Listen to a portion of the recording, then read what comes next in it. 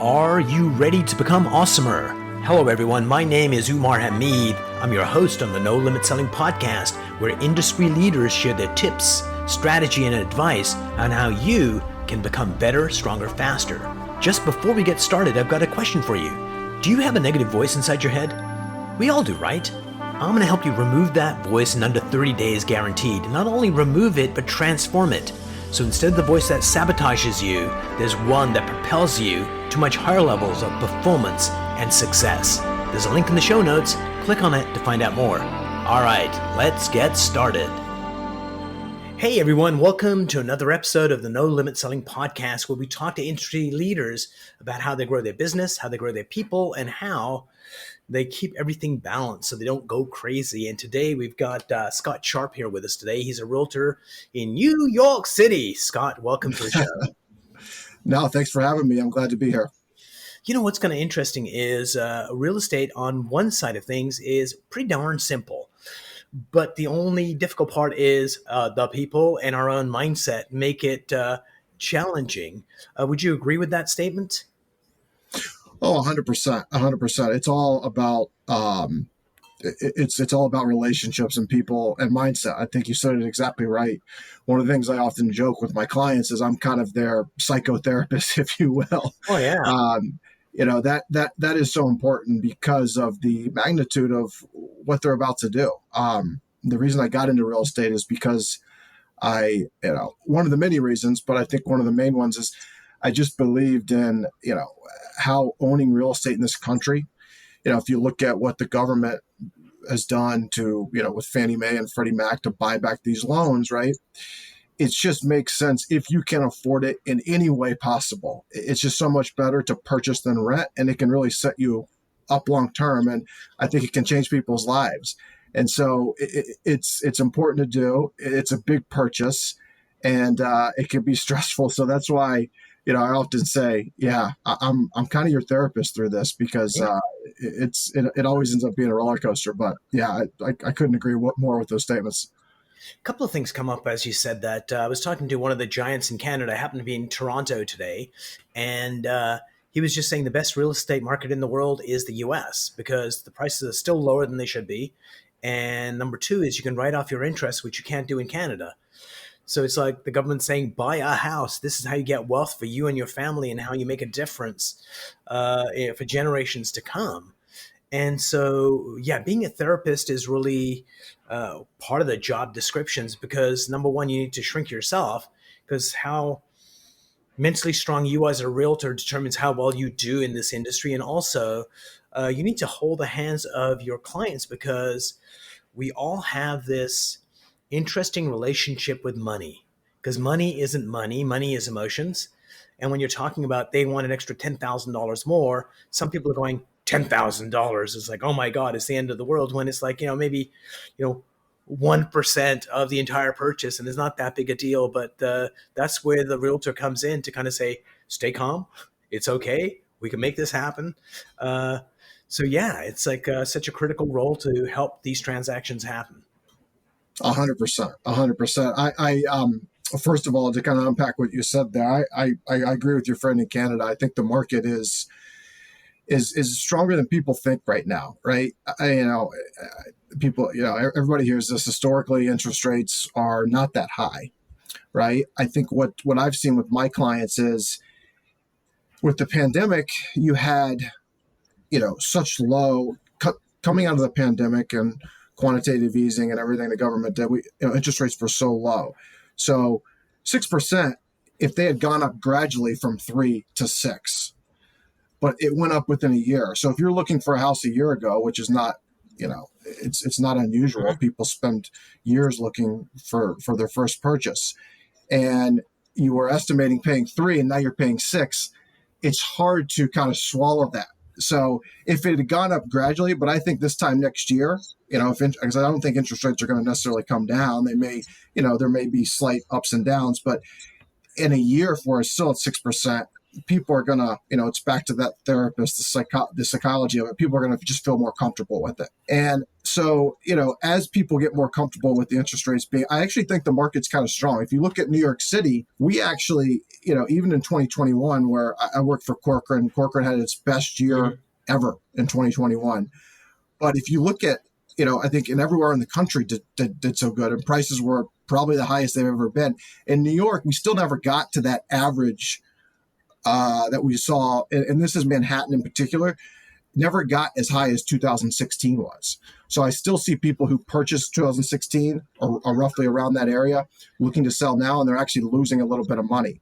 So I do think, not that I think prices are going to continue to go up. I think they're coming down a bit, but I do think it's still a good time to buy. And I've actually had pretty good, traction this, the first couple weeks of the year.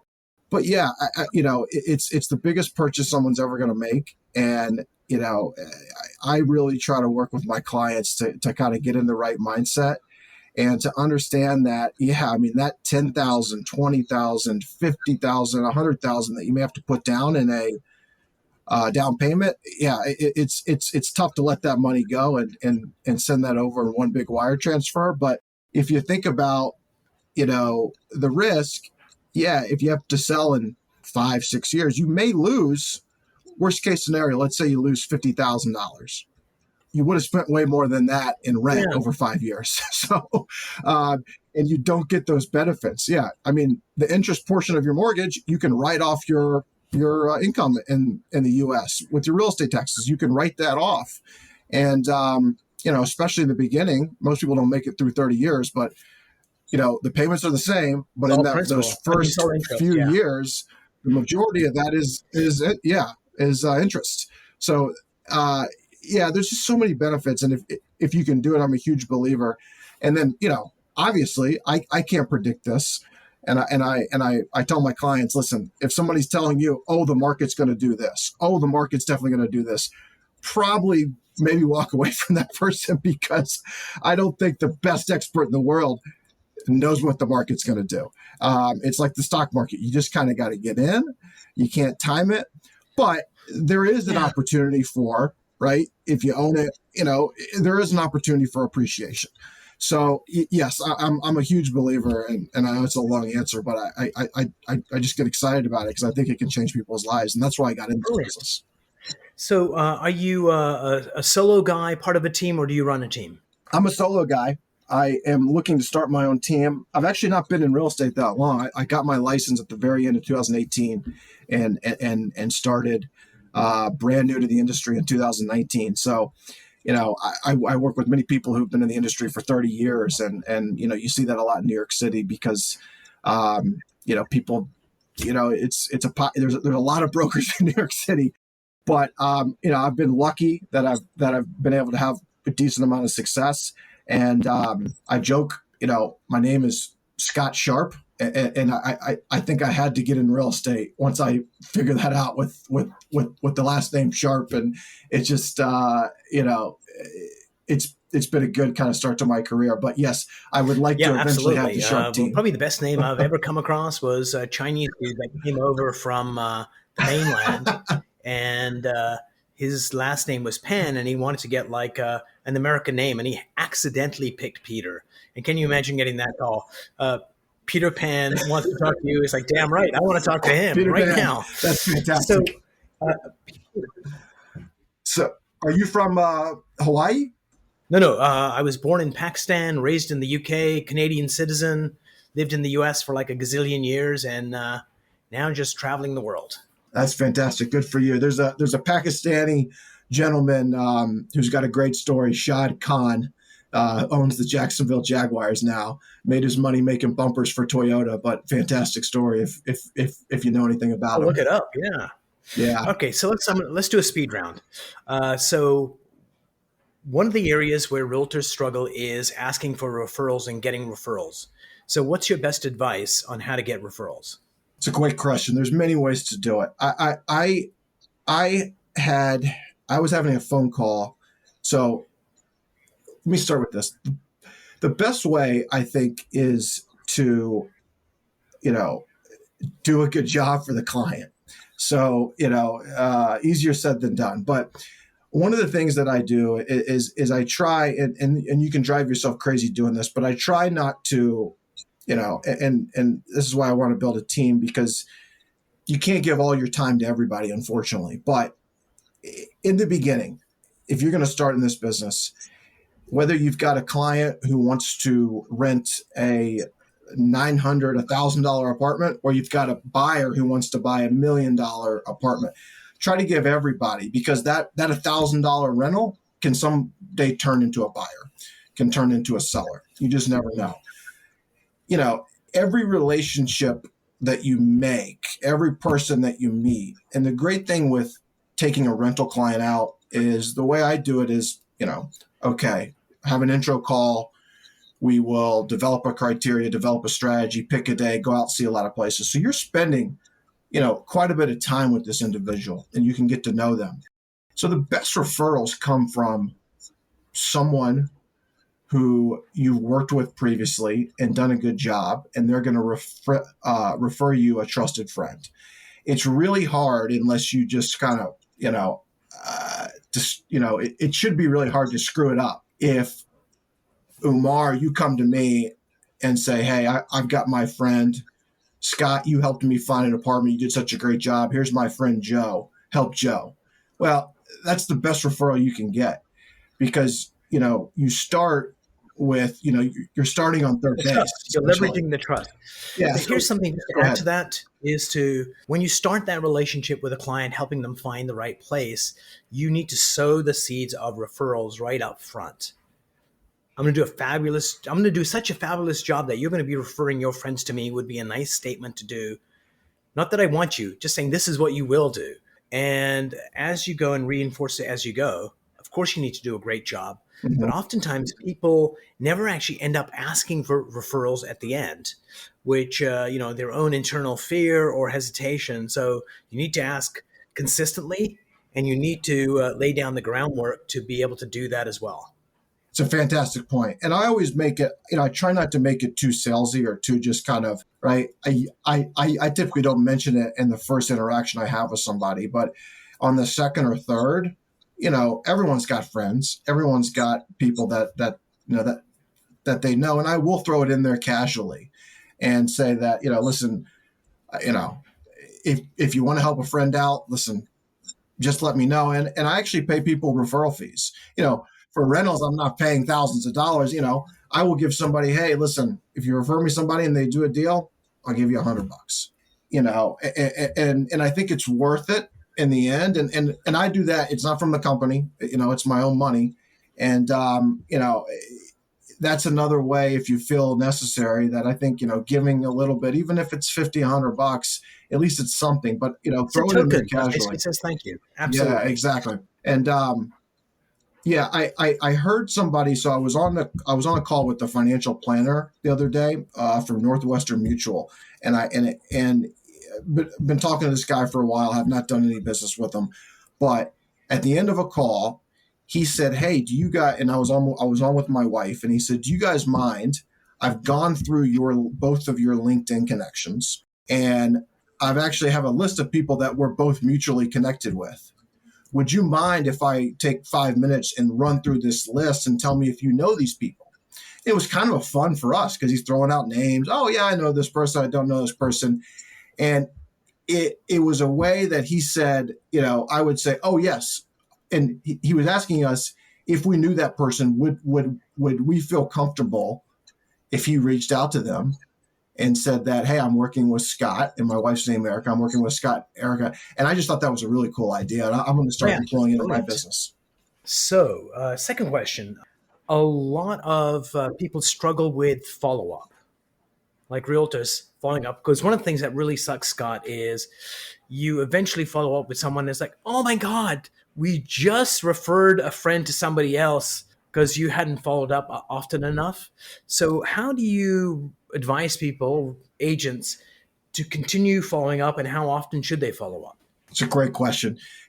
I always got worried that I would be annoyed. I would be annoying to people, right? I think that's at least for me, I think that's a human it's something that we're ingrained to do. We don't like, putting ourselves out there, especially, and badgering people with, hey, I'm here. Do you need to buy a home? Do you need my help? And, you know, I realized that when I would have other people do it to me in whatever lines of business, I didn't, it didn't annoy me, and I actually respected them for it. So I just I said, Scott, throw all that out the window. Obviously you don't want to be overbearing, but I think, depending on the client, if you know that they need to buy or need to rent or need to sell within the next, 6 months, you may want to do it at a higher frequency. However, I think once a quarter is a really good. So you're hitting someone 4 times a year, and I think it's a really good way to follow up. I do a quarterly newsletter. I try to do it monthly, but I just think it's a lot of work, and if I can get some help, I might do it. But I'd rather quality over quantity, and so Right. I also do holiday cards, Christmas cards, and I just had a baby. We put our baby. It has nothing to do with my business, but I have Human a to human connection. exactly. I have a list now, and I'm telling you, everyone from clients to in New York City, all these apartment buildings are managed by these third-party management companies, and you have to go through them to get board approvals, and they're a really key part of the business. Um, you know, I've made contacts with them. People are always badgering them for this. I add them to my holiday card list, and I've got thousands of people now. And if I have somebody pop my head, I have a Google Doc. I add them. I add their address, and then at Christmas time or holidays, you send them a card, and it just keeps you fresh in their mind, and it's kind of Nice. a soft sale. And so, I think 4 times a year. But if you have somebody that's a hot lead, I think you have to follow up with them aggressively, and just don't worry about overbearing. People will tell you if you're being overbearing. It depends how you do it. Your intent of the connection. I think force is probably a little low. Probably need more. But the thing is, people don't remember most of the times you touch base with them. But if somebody in the next 3 weeks says, "Oh, I'm thinking about real estate," then remember it. If it was like 3 months ago that you sent your last posting, it's there. So here's two quick questions for you. Number one, what's the best advice you've ever gotten in real estate to be a better agent? Yeah. So the best advice is for me is that deals are done in the intro conversation, and obviously every deal is a little bit different, but one of the things. So I'm with Corcoran. I started with a smaller firm, Cooper and Cooper Real Mm-hmm. Estate, when I first began. I was with them for a year and a half, and they were the best place to start. The two guys, family brokerage. They've done it for 17 years, and they have a really good model. They have a really good training program. You take your licensing exam, you get your license, right, the do's and don'ts and the basics, but you really don't know how do I execute a rental transaction? How do I put together a tour for a client? They really train you on those things. But one of the things that I do, and we called it an ISC or an IRC, intro sales conversation or intro rental conversation. If I have a client that reaches out and I can get them on the phone, and I've had intro sales conversations go 2 hours before. If you can spend an hour with somebody on the phone and they're not wanting to, and develop a rapport with them, and we're talking about the entire especially first time buyers, this is really effective. Talk them through the entire process of buying, pre-approval, how to make offers, what they need to do to close, and then to obviously talk about their criteria and what they want to buy, and develop a plan. It's a really detailed, helpful conversation for them, and then follow up with them. I take notes, follow up with them immediately as quick as possible. If you've spent an hour with somebody on the phone and sent a really detailed, they are That's the foundation for a sale. exactly, they are going to use you. Now, they may not buy, right? But if they buy, if they do a deal, they should use you. And I just thought that was fantastic advice, and I still do it to this day. I try to get people on the phone initially, develop a rapport, and I think deals can be done in that intro conversation. Obviously, you have to execute afterwards, but relationship, the relationship, the trust with even someone who's a total stranger can be developed in that intro conversation, and I've used that effectively throughout my career. Brilliant. Scott, we're going to put all your contact information in the show notes so people can find you. Last quick question. What's a mind hack that you use to be more effective? Be more productive, sexier, stronger, faster? Yeah, that's a good one. I have a you know sometimes a lot of converse. The thing I dealt with when I got into real estate is because, especially when you're dealing, I actually think more than commercial real estate, residential real estate can be more stressful because commercial real estate's a business deal. Residential real estate, someone's got to live there, right? This is going to be their home, and it's really important to them, and it can be stressful. And I've realized that people want the truth, and it's really easy to get. I would stress myself when I started doing sales deals, hyper stress. I don't want to tell this person bad news. And I think you have to look and say, what would I want to be told, right? No one wants to beat around the bush. So I think, listen, put yourself in the client's shoes, think about what's best for them, and the must, as much as you can step back, take a deep breath, think about my daughter and how beautiful she is and, the good things in life, and then say, this is not so bad. This is not so bad. We're going to get through this. We're going to find a way, but you just got to relax and take a deep breath. And I think, it's really helped me to deliver the bad news, because that's a really tough thing to do in our industry. Absolutely. Yeah. So that's kind of the best mind hack. I've got some others, but that's probably the most effective one. Brilliant. Scott, thanks so much for being on the show. Really appreciated it, and looking forward to our next conversation. Umar, I appreciate it. Thank you, sir. If you enjoyed this episode, please go to iTunes and leave a 5-star rating. And if you're looking for more tools, go to my website at nolimitselling.com. I've got a free mind training course there that's going to teach you some insights from the world of neuro-linguistic programming, and that is the fastest way to get better results.